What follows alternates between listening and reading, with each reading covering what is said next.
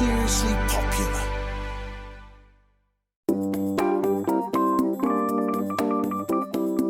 Welcome to the Life of Bryony, where we embrace life's messier moments.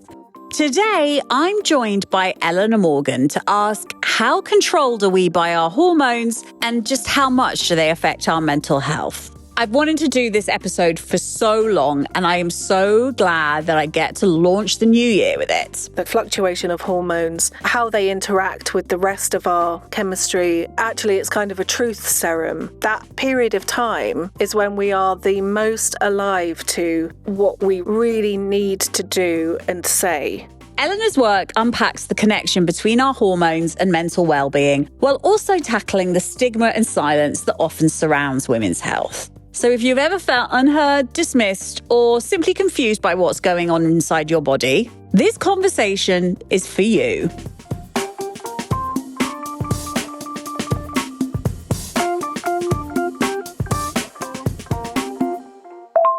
Hello, everyone. We've had a bit of a break. Don't know if you've noticed. 3 weeks.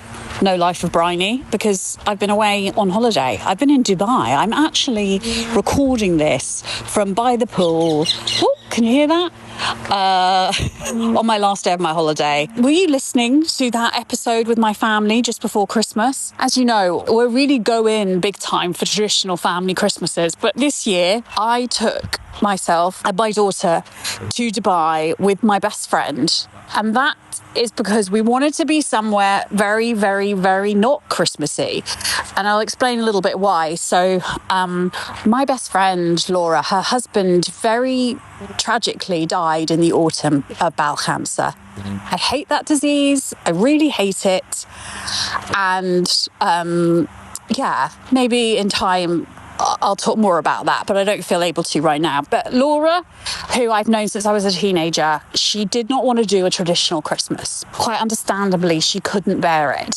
So we decided to come to the most un-Christmassy place on the planet, which is Dubai. And, you know, grief doesn't go away. There was a great phrase that a friend said to me, which was, wherever you go, there you are. So we often talk about pulling geographicals, where we try and escape our worst feelings by running away from them and going somewhere different, somewhere tropical. And we were really aware, and Laura was really aware, that that was not going to be the case. You know, you can't escape the unfathomable grief of your husband dying. But what we wanted to do was at least create some different memories around Christmas, you know, a not very traditional family Christmas. And I think we managed to do that. It's been full of laughter with the kids. It's just been a very different experience, but really special for it. And I guess my takeaway and what I've realised about that is that I feel it as well on New Year's Eve. Now I'm sober, you know, where I don't have to go out on New Year's Eve. I don't have to do what I'm expected to do. None of us do. There's so many societal pressures on us, aren't there? To be a certain way, look a certain way, behave in a certain way at certain times of the year. And I guess what I've really got from this is that actually you do what makes you happy, you know? Like, I think that's what I want to say to you as I stand here under a palm tree in Dubai, is that this year, 2025, you do what makes you happy. Don't worry about what other people think. You do what makes you happy, or you do what makes you less sad. And that is what we've done by coming here. Yeah, I just wanted to give you a little update about where I've been and what's been going on. And, you know, I just wanted to send you all my love from actually not that sunny Dubai. It's clouded over, guys. It was raining this morning, and I am actually wearing it over my swimming costume right now, a cardigan. It's from Tesco. Love it. Wow. What's up? I just bought and financed a car through Carvana in minutes. You? The person who agonized 4 weeks over whether to paint your walls eggshell or off-white bought and financed a car in minutes? They made it easy. Transparent terms, customizable down and monthly. Didn't even have to do any paperwork. Wow. Mm-hmm. Hey, have you checked out that spreadsheet I sent you for our dinner options? Finance your car with Carvana and experience total control. Financing subject to credit approval. Yeah, sure thing.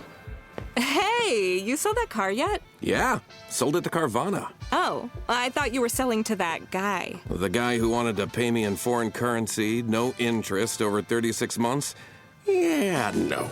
Carvana gave me an offer in minutes, picked it up, and paid me on the spot. It was so convenient. Just like that. Yeah? No hassle. None. That is super convenient. Sell your car to Carvana and swap hassle for convenience. Pickup fees may apply. If you're enjoying the podcast, hit follow right now to stay connected and never miss an episode. I can guarantee you it'll be the best decision you've made all day. It's January, in case you hadn't noticed, a time when a lot of people start to think about change.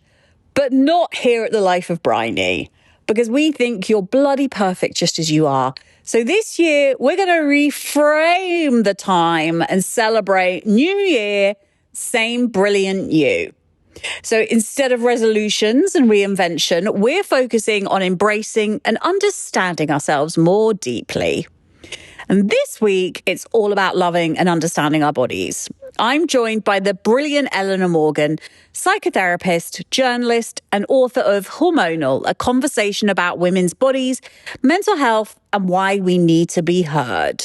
Damn right. Hormones shape so much of our physical and mental health, yet we often avoid talking about them, especially when things aren't going smoothly. From PMS to menopause and all of the struggles in between, Eleanor has made it her mission to shine a light on these critical issues. I really hope you enjoy my chat with her. So I started reading this book, Eleanor, because I, in the last couple of years, have become obsessed about the links specifically between my mental illness and my hormones. And I realised a couple of years ago just how intrinsically linked they are when I had, in early 2022, I had this, I would call a mental health crisis. And it felt like it came out of a clear blue sky. And it confused me because I was like 5 years sober. I'd done a lot of work on myself. I had a kind of support network around me. Of course, it was during pandemic, lockdown, there was all of that. But I had an episode of OCD. It verged on delusional. So I was beginning to believe that things had happened that just hadn't. And it was really disturbing. I mean, I was able enough to get a grip on it, but someone said to me afterwards, like, oh, maybe you're perimenopausal. And I said, oh, fuck off. Not everything is caused by the menopause. And I'm too young. I'm 41. And they went, Anyway, long story short, I went on HRT and within days, I was like a Disney princess, like la la la la la la la la la, like birds tweeting around me. It was insane. And I kind of remember getting to 11 o'clock in the morning and going, Where's my despair? Where's the despair gone? And it was like, wow. But then when you're taking HRT, you then have to take the progesterone bit to protect your womb. And just as quickly, the despair was there again. I was suicidal. And what we came to realise was that probably the first time that I really experienced what I would call I think I probably had elements of obsessive compulsive disorder for much of my childhood, but the first time it became unmanageable so that I couldn't leave the house was when I was about 12, and it was just before, obviously, my first period came. And the doctor said to me, well, maybe you might have had PMDD, premenstrual dysphoric disorder. Anyway, it was fascinating to me, and we spent a year or so trying to get progesterone into me in a way that didn't leave me suicidal. And it taught me a lot about my body. I was amazed that it had taken me to the age of 41, 42 to know any of this about myself. And I know that we live in a sort of age where we want to be able to go, okay, well, I had that mental illness because of my hormone. That is not the case. My mental illness is not caused by hormones, but it is a hell of a lot less easy to deal with depending where they are fluctuating. And I realized that, and I thought, God, this is wild. Like, why have I gone through so much despair? Your whole life. not knowing any of this, you know? And anyway, I started to look into it and I started to read your book, Hormonal, the subtitle being a conversation about women's bodies, mental health, and why we need to be heard. And we're meeting, Eleanor, just before Christmas, and MPs have released a report to say that the NHS is, in some quarters, guilty of medical misogyny in terms of, you know, reproductive health, in terms of taking women's pain seriously. And you wrote this book in 2018. So did you think that in 2025 you'd still be kind of invited onto things to talk about it? Probably, yeah. It takes decades, centuries probably, for the ship to turn around. We're talking about medical misogyny. The medical establishment is still kind of rife with all of that historic conditioning about women's pain being kind of inflated, that we should just be able to deal with what we have to deal with by virtue of having a womb, the organs that we have in our body. Yeah. That is how we're designed, and therefore our very purpose is to have children and go through labour. So surely we can deal with a little thing like... with a little bit of pain every month. Yeah. But to answer your question, I think maybe when I was writing the book, and it felt like a kind of a mission statement, you know, like, look around, how many of us are in pain, how many of us are in despair often, and look what we don't understand. What we do understand tells us things that are really powerful. Like you were saying, we know that by virtue of having a cycle, a menstrual cycle, we have 2 massive spikes in hormones every month. That is going to have an effect on how we live in our bodies. I mean, how could it not? Well, one of the things which I thought was so brilliant in the book, and you say, is that our menstrual cycle is a vital sign. It's like our heart rate. Yep. You know, and yet it's only recently that we as women have started to treat it as such, you know, with cycle tracking, with that kind of thing. But that is essentially what it is. Yeah, of course. It's rhythm, the rhythm of life. There are so many of them. Yeah, breathing, heartbeat, all of these kind of automatic functions that happen below, you know, the horizon of our consciousness. They happen. And that doesn't mean that things can't go wrong. And if you get to know your cycle, as I found in my life, and many people who have periods that I know have found, is that you become less of a stranger to yourself. You know what your body is doing to a good enough degree. And when you become less of a stranger to yourself and what's happening, I think there is more peace to be found in accepting what's going on, and to some degree being able to predict and have some sense of an answer. You know, I track my cycle, but I don't do anything fancy with it. I'm lucky to have a really regular, predictable cycle, and I've used the Clue app for, 7-8 years. Before that, I really felt like I was in the dark. You know, I'd have a rough sense of what was happening when, but I didn't really know anything about ovulation or what can happen that bit of the month. What can happen in that? So should we just, I mean, for people listening, because it seems ridiculous, doesn't it, having to kind of woman-splain our own bodies. Our own bodies. Yeah. But ovulation... Yeah, I had no idea about what actually happened during ovulation until I started researching this book. So, you know, into my mid-30s, not a clue. So a follicle forms on your ovary and the egg is in there, and if it doesn't get fertilized, then it has to disappear. And that follicle pops, basically. You know, that free fluid that comes out of that follicle is what can cause the pain that you get during ovulation. I used to get that and think, my period isn't due for ages. What is that? I later found out that I had endometriosis, so that explains that more. But there's this whole process that happens, and I was kind of ashamed of how clueless I was when I was researching this book. I mean, how many of us really know what's going on? I mean, I don't even really remember what happened when I got my period. I remember my mum telling me that when I went to the loo, there'd be blood. And my brain at the age of like 11 or 12, I just imagined that I would start peeing blood. Yeah. That was how my brain interpreted it.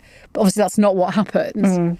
And then it was like... That's frightening. Yeah. And then it was like anything I learned about my periods was from Just 17.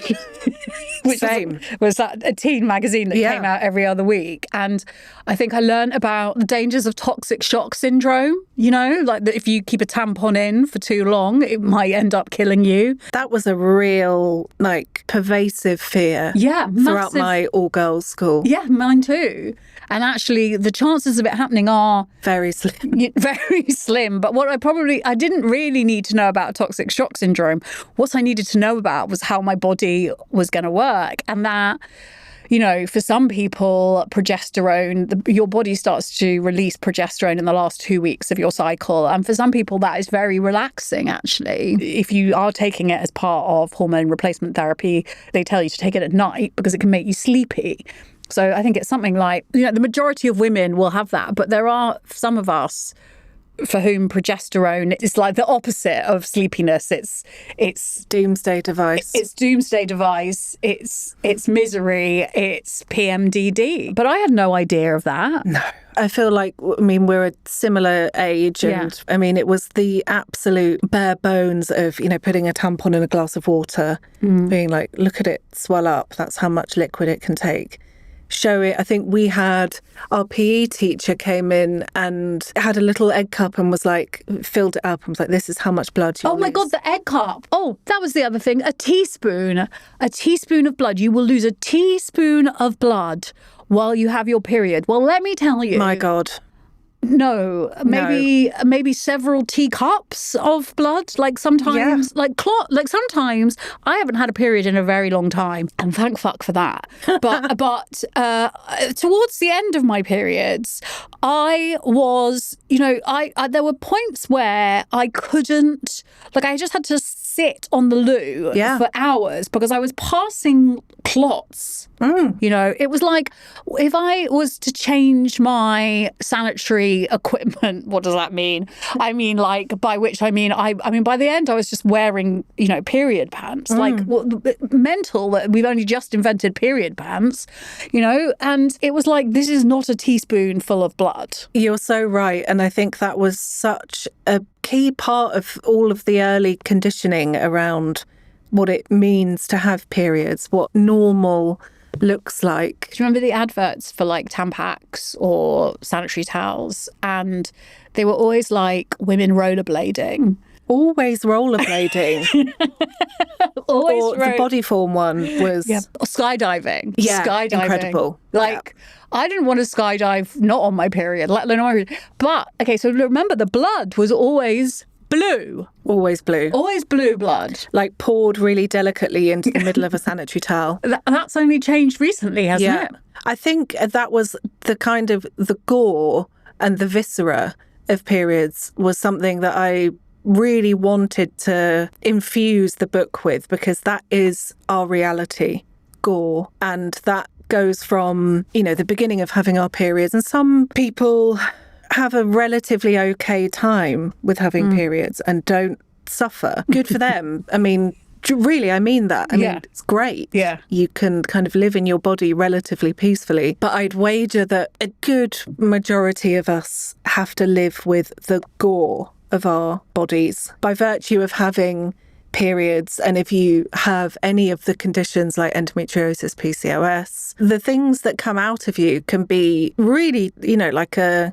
slasher film. Yeah, or Alien. Alien, right. And you have, it's not just the blood, it's the way it impacts your bowel, your digestive system. You know, period pooing is a huge topic of conversation among me and my friends, and has been for a long time. I think this is interesting though as well, because I've always said that, like, if men got periods, like, it would be the only thing we were allowed to talk about. You know how now we're talking more about hormones and we're talking more about menopause and stuff, and some people are like, oh, that's enough, you know. I'm like, if men got periods, all we would talk about was their menstrual cycle. That is the reality. And yet here we are on this little podcast, and, you know, I'm like, I'm 44 and I'm like, what do you mean by period pooing? You mean other people go through that as well?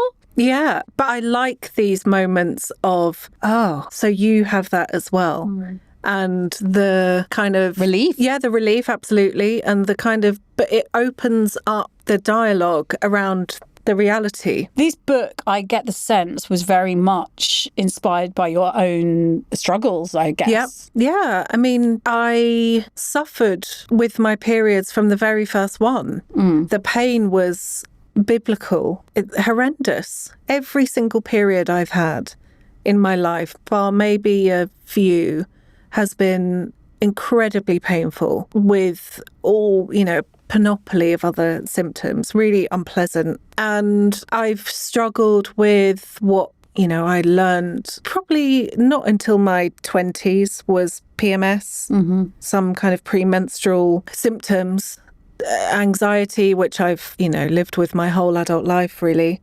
Really kind of crushing low mood, irritability, all the great things.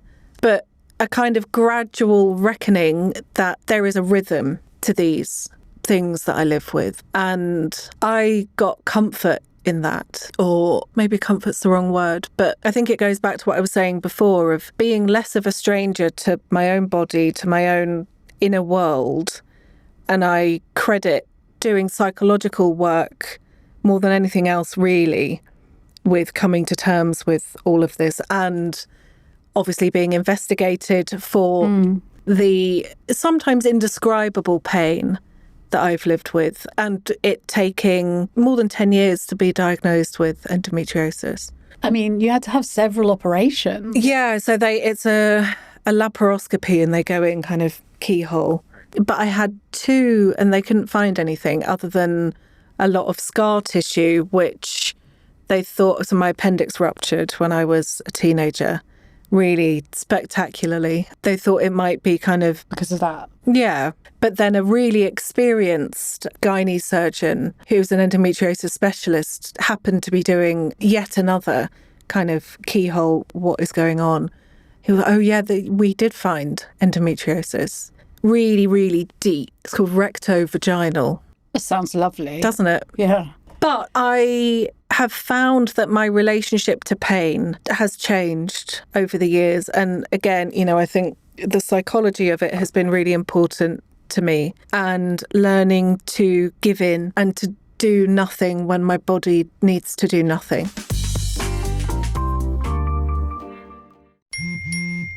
What is... Dax, are you? Tracking all our cars on Carvana Value Tracker on all our devices? Yes, Kristen, yes I am. Well, I've been looking for my phone for... In Dax's domain, we see all. So we always know what our cars are worth. All of them? All of them. Value surge, trucks up 3.9%. That's a great offer. I know. Sell? Sell. Track your car's value with Carvana Value Tracker today. My dad works in B2B marketing. He came by my school for career day and said he was a big ROAS man. Then he told everyone how much he loved calculating his return on ad spend. My friends still laugh at me to this day. Not everyone gets B2B, but with LinkedIn, you'll be able to reach people who do. Get a $100 credit on your next ad campaign. Go to linkedin.com/results to claim your credit. That's linkedin.com/results. Terms and conditions apply. LinkedIn, the place to be. As I carried on reading the book, I realised that actually the effects of hormones on our mental health is not just chemical. The effect of our biology isn't just in our bodies, because some of the bad mental health we experience as women is because of our very womanhood in itself, and all of the kind of prejudices and judgments that are made against us purely by dint of being born women. And you touched on there the kind of the notion that women should be able to just deal with pain in a way that we don't expect men to, and women are not believed as much. We know that women will typically have worse outcomes in terms of heart attacks because they are experiencing anxiety or stress. We are fundamentally not believed. Medical tests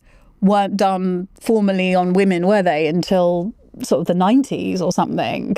So most medication is tested with male biology. There's all sorts of stuff in the book about the historical way that women have been treated because of the fact they are women. And I don't know if you can, if you could perhaps like talk us through some of the sort of Victorian things that used to happen to women. Oh God, I mean, the story, it's such a rich story of pathologization, i.e.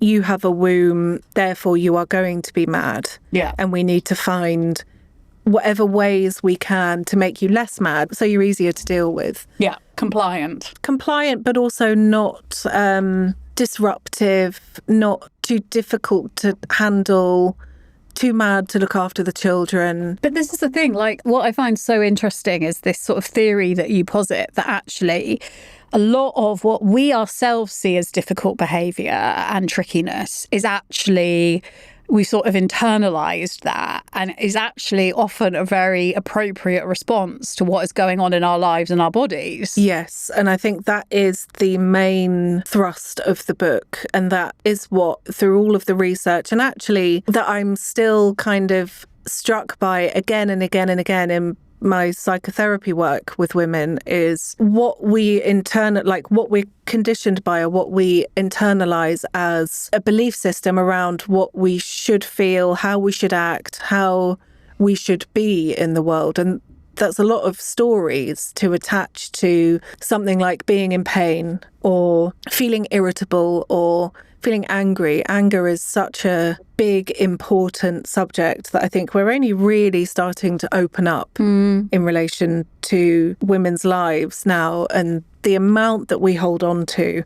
And we hold on to it because we have been conditioned through all of this history of medical misogyny and misunderstanding, or any understanding at all of what's happening within us. And I think a lot of the way we react to ourselves, and all of this happens internally, is narratives, is stories about how we should be in the world. And being in pain is a really good example, you know, to be kind of racked with pain. We have an internal reaction to that. You know, what do? I should be able to deal with it. The tyranny of shoulds is a really common phrase in psychology. But that is our torture. I really, really believe that so much of our mental distress relates to shoulds, relates to the defences that we have. And by defences, I mean any of the unconscious processes we have to sort of maintain. The phrase that psychoanalysts would use would be like psychological homeostasis. Right, so okay. To kind of be on an even keel. So if we are feeling angry about something, we might defend against that with people pleasing. One might do that. We might.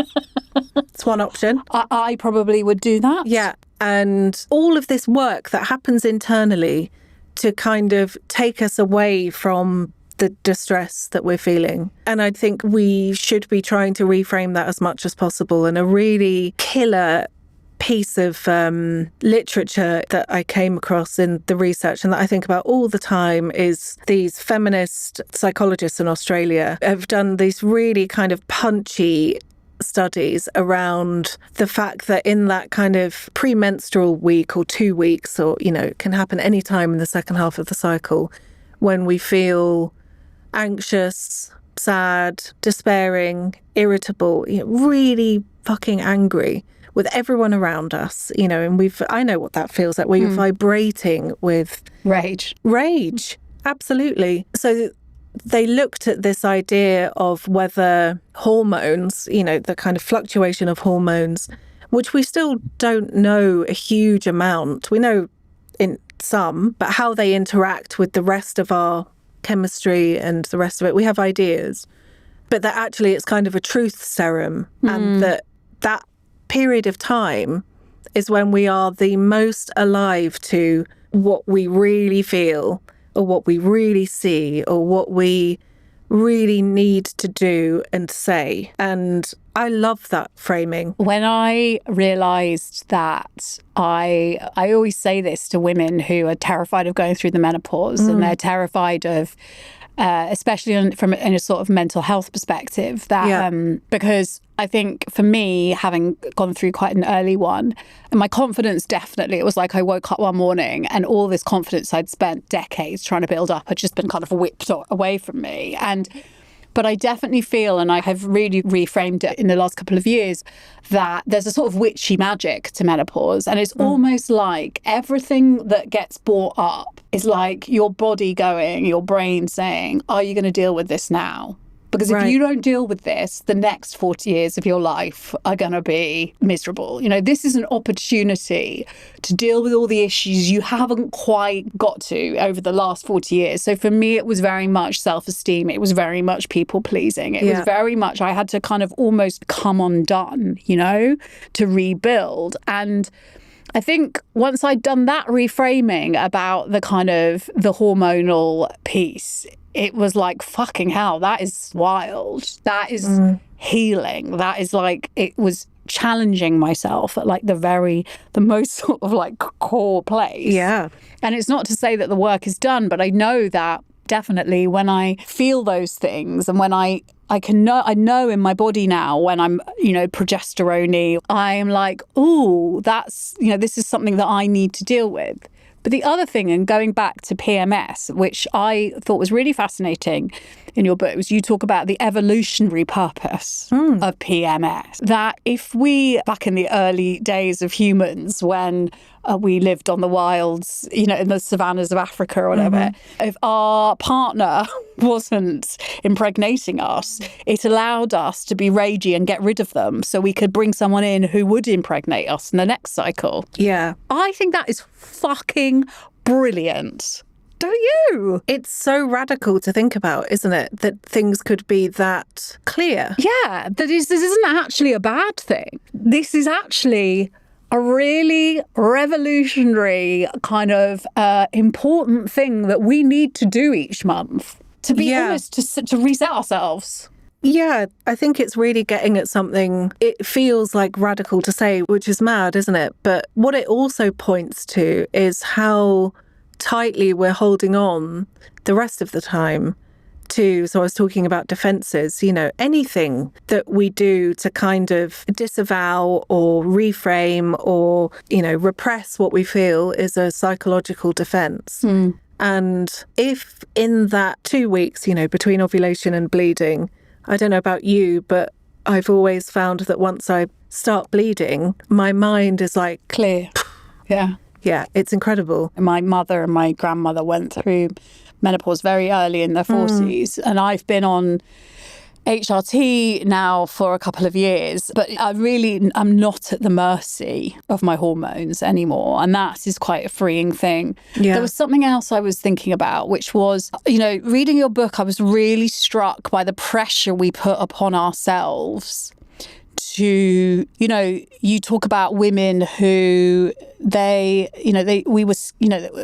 don't want to go on HRT, you know, it has to be bioidentical. You know, we sort of shame ourselves almost with these very good medical options that have been created for us to make our lives easier. So we do that in terms of menopause, but we also do it in terms of childbirth. And I was thinking back, you know, it's been a long time since I experienced childbirth, but I was thinking back to that whole process and how much we, you know, the run up to it is all about, you know, hypnobirthing and golden thread breathing. And I always remember as well going to like an NCT class, and there were like 10 of us in the group.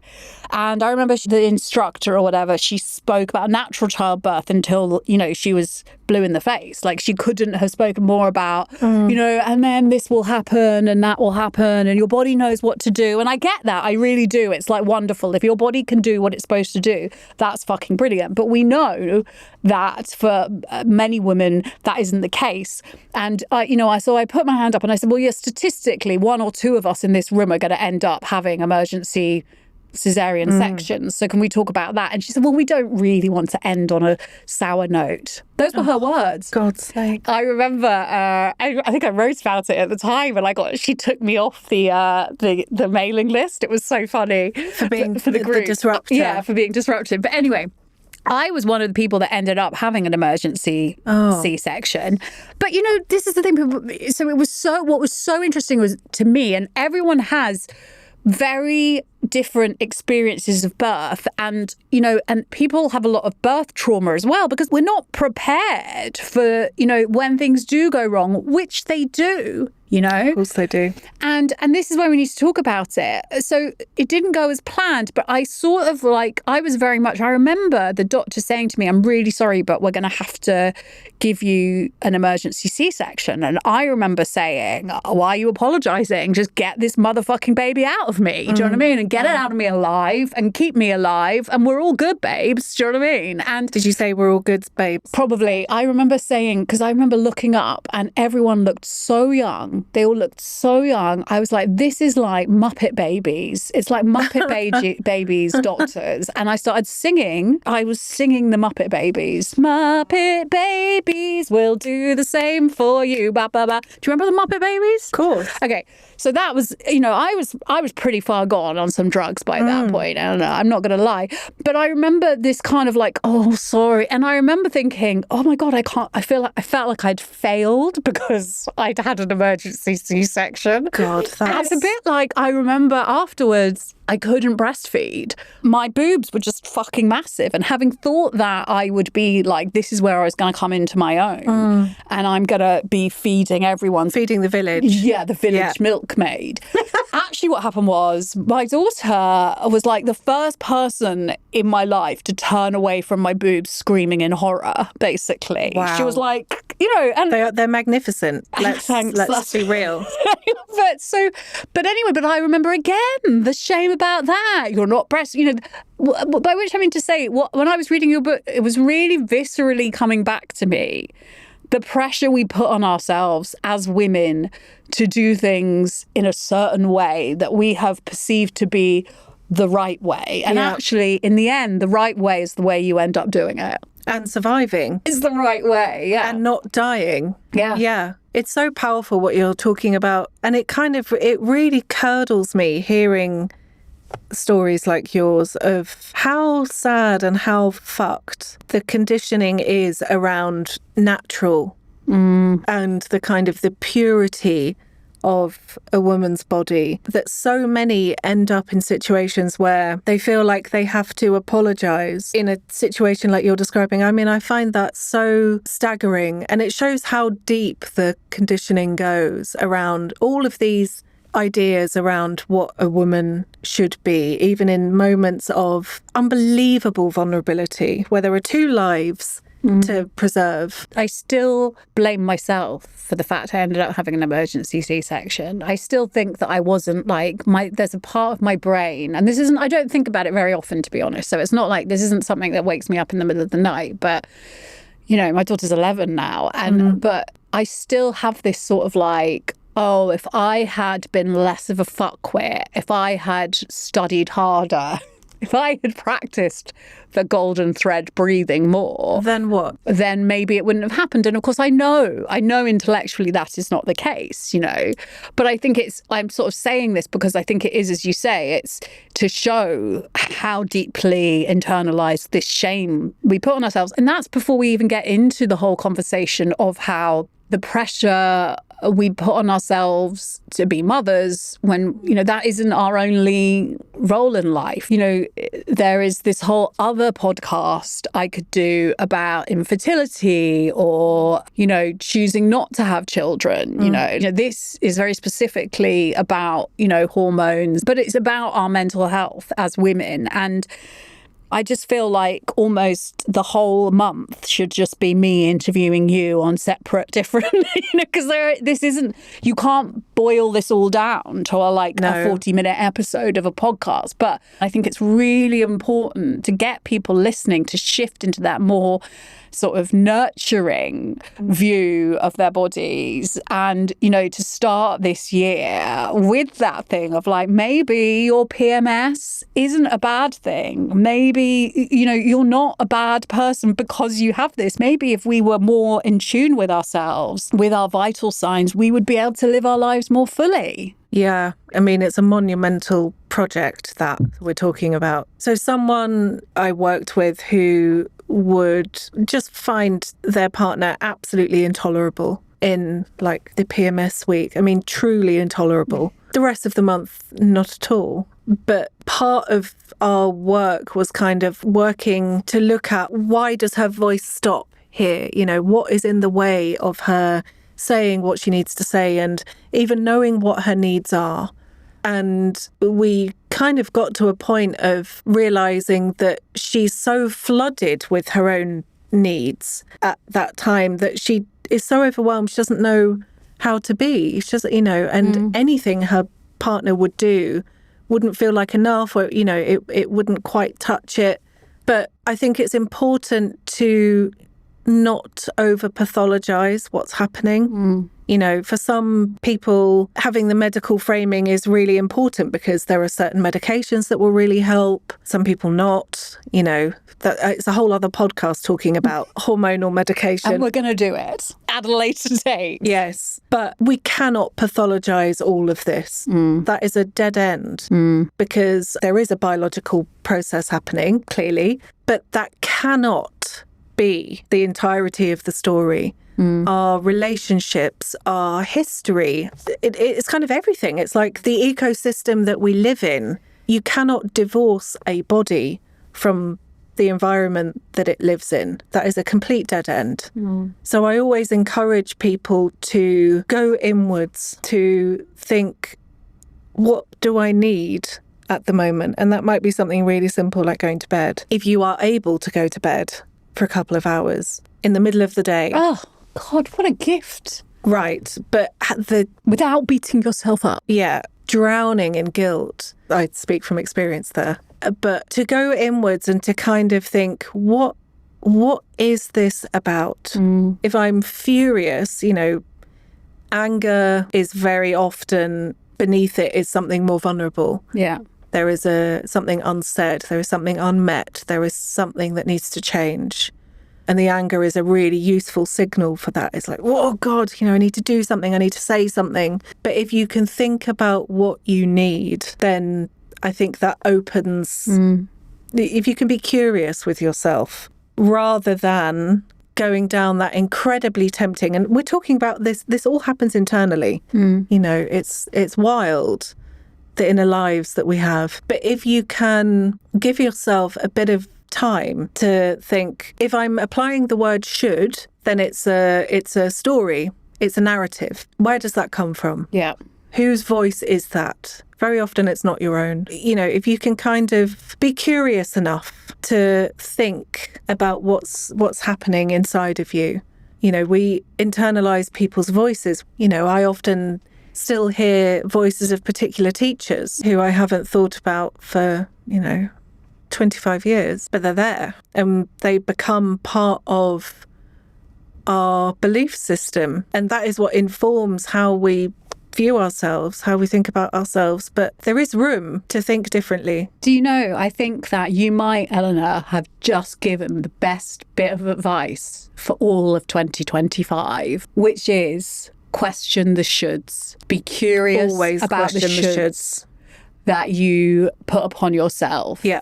Ask, inquire, wonder, and maybe allow yourself this year to just be. Dare to be curious about where they come from, because they are not sacrosanct. They are not the law. The mind is changeable, is malleable. We can change our relationships with ourselves. And I think sometimes it does start with questioning what is automatic. Those automatic negative thoughts we have, those automatic, God, I really should be able to do this better. I should be able to cope better. Why? Yeah. Says who? Question the authority. Eleanor, on that note, thank you so much. Pleasure. God, I could have carried on chatting to Eleanor well into the year 2026. And you know what? There is a lot of talking about hormones, women's hormones and women's mental health in particular that needs to be done.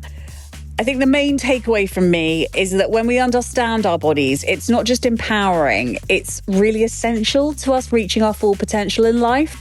And don't dismiss yourself. Please don't dismiss yourself. If you take one thing from this episode into the rest of 2025, Make sure that you're not dismissing your body, your feelings, all of it. Listen to yourself.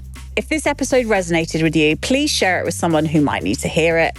And don't forget to hit follow and leave us a review. It helps more people to find us. As always, take care of yourself, and I'll see you on Friday.